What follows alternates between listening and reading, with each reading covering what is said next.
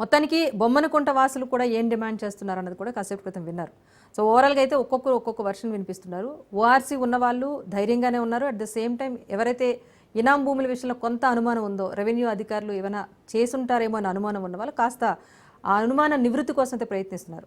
At the same time ఏదైతే 384 ఎకరాలు ప్రభుత్వ భూమిగా గుర్తింపు ఉందో ఆ భూమిలో మాత్రం తమకు ఉపయోగపడే విధంగానే మలచాలి అనే డిమాండ్ కూడా అక్కడ స్థానికుల నుంచి వినిపిస్తోంది. కానీ ప్రభుత్వ భూమి, ఆ భూమిని గవర్నమెంట్ ఏం చేస్తుంది అన్నది పూర్తిగా గవర్నమెంట్ పరిధిలో ఉన్న అంశం. దట్టు ఇది ఇనాం భూమి కనుక దీన్ని ఎంతవరకు గవర్నమెంట్ మలిచే ఛాన్స్ ఉంటుందని కూడా మనం మాట్లాడదాం.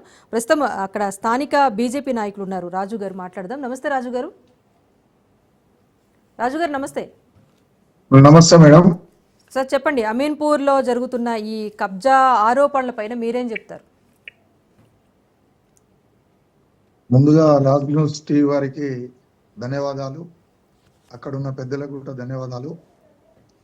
అంటే ఇక్కడ గత కొన్ని నెలలుగా ఈ యొక్క కార్యక్రమానికి తెరలేపడం జరిగింది. కొందరు బడా నాయకుల అనుచరులు ఈ అమీన్పూర్ మండలం బొమ్మలకుంట గ్రామంలో గల 30 సర్వే నంబర్లో ఉన్న సుమారు 720 ఎకరాల భూమి ప్రభుత్వ భూమి ఉంది. అందులో 242 ఎకరాలు గ్రామస్తులకు గతంలో ఓఆర్సీలు ఇచ్చారు, మరి క్యాన్సిల్ చేశారు వాటిని. అదే పెద్ద పంచాయతీ నడుస్తూ ఉన్నది. దాని గురించే ఎన్నోసార్లు కలెక్టర్ దగ్గర పోయి కలెక్టర్ గారికి అర్జీలు పెట్టుకొని, ఎంఆర్ఓ గారికి, ఆర్డీఓ గారికి అర్జీలు పెట్టుకొని కోర్టులలో కేసులు వేసి ఇప్పటికి తిరుగుతూ ఉన్నారు మా ప్రాంత ప్రజలు. కానీ ఇప్పుడు 6 నెలల ముందు వచ్చిన వాళ్ళకు మాత్రము అన్ని రకాల పర్మిషన్లు దొరుకుతున్నాయి. అక్కడనే వెంచర్లు వేస్తున్నారు, ఎలక్ట్రిసిటీ వాళ్ళు ట్రాన్స్ఫరాలు పెడుతున్నారు, కరెంట్ ఇస్తున్నారు. కానీ దీనికి మేము ఏమనుకోవాలో అర్థం కాని పరిస్థితి. రాజు గారు ఒకటి అయితే ఇప్పుడు కాసేపు కింద నుంచి మేము చర్చ కొనసాగిస్తున్నాం. జాయింట్ కలెక్టర్ గారు ఉన్నారు. ఈ ఓఆర్సీ ఉన్నంత వరకు వాళ్ళకైతే ఎలాంటి ఇబ్బంది లేదు, భూమికి సంబంధించి పూర్తి అష్యూరెన్స్ వాళ్ళకు ఉంటుందని చెప్తున్నారు. కానీ ఏదైతే రిమైనింగ్ ల్యాండ్ ఉందో 384 ఏకర్స్ సంబంధించి ప్రభుత్వ భూమికి సంబంధించి అది పూర్తిగా ప్రభుత్వం లీజుకి ఇచ్చినా ఏవి ఇచ్చినా కూడా వాటికి ఆ అనుమతులకి గవర్నమెంట్ ఛాన్స్ ఉంటుందని చెప్తున్నారు. కానీ మీరు స్థానికంగా ఉండి ఆరోపణలు చేస్తున్నారు, కొంతమంది కబ్జా చేస్తున్నారని చెప్పేసి. అంతే కదా మేడం, ఇప్పుడు అక్కడ వెంచర్ చేస్తున్నారంటే కబ్జా చేస్తున్నట్టే కదా. ఇప్పుడు ఓఆర్సీ ఉన్న దగ్గర మనకు ఉన్నారా వాళ్ళు? ఓఆర్సీ ఏమైనా రిజిస్ట్రేషన్ అవుతుంది వాళ్ళకు? ఏ రకంగా వాళ్ళు పనిచేయడం జరుగుతుంది అక్కడ? ఎవరికి ఉన్నది ఓఆర్సీసీ? ఇక్కడ గరీబులకు ఉన్నది, గ్రామస్తులకు ఉన్నాయి ఓఆర్సీసీలు, బడా నాయకులకు అయితే లేవు కదా.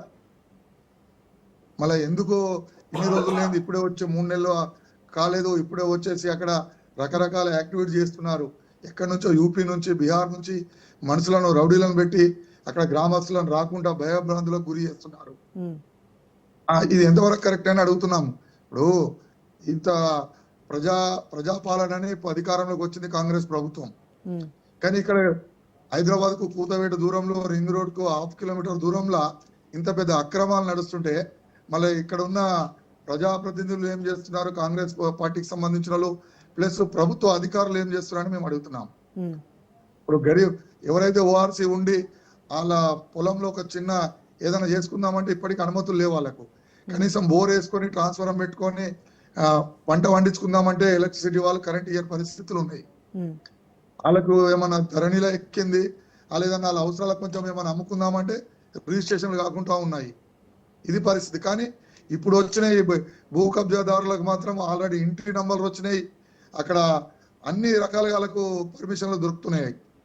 సో ప్రభుత్వ అండదండలతో ఆక్రమణ జరుగుతోంది అన్నది మీ దగ్గర ఏమైనా ప్రూఫ్స్ ఉన్నాయా? దీనికి సంబంధించి కేవలం ఎలిగేషన్స్ చేస్తున్నారా, లేకపోతే అక్కడ జరుగుతున్న డెవలప్మెంట్ బట్టి ఏదో భయాందోళన అనేది స్థానికుల నుంచి వ్యక్తమవుతోందా? అక్కడ డెవలప్మెంట్ చూసే స్థానికుల నుంచి భయాందోళన వ్యక్తం అవుతుంది. అందులో అక్కడ ఉన్న ప్లాట్ ఓనర్స్ కూడా మేము అక్కడికి పోయినప్పుడు మాకు కొంతమంది కలవడం జరిగింది.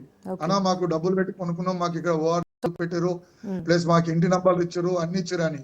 అంటే నేను ఏమంటున్నా మేడం అంటే ఇప్పుడు అమ్మిన బిల్డర్ బాగానే ఉంటాడు, ఇంకోళ్ళు బాగానే ఉంటారు, కానీ ఎవరైతే అల్టిమేట్ గా ప్లాట్లు కొన్నోళ్ళు ఉంటారు కదా వాళ్ళు నష్టపోతారు రేపటి రోజులలో.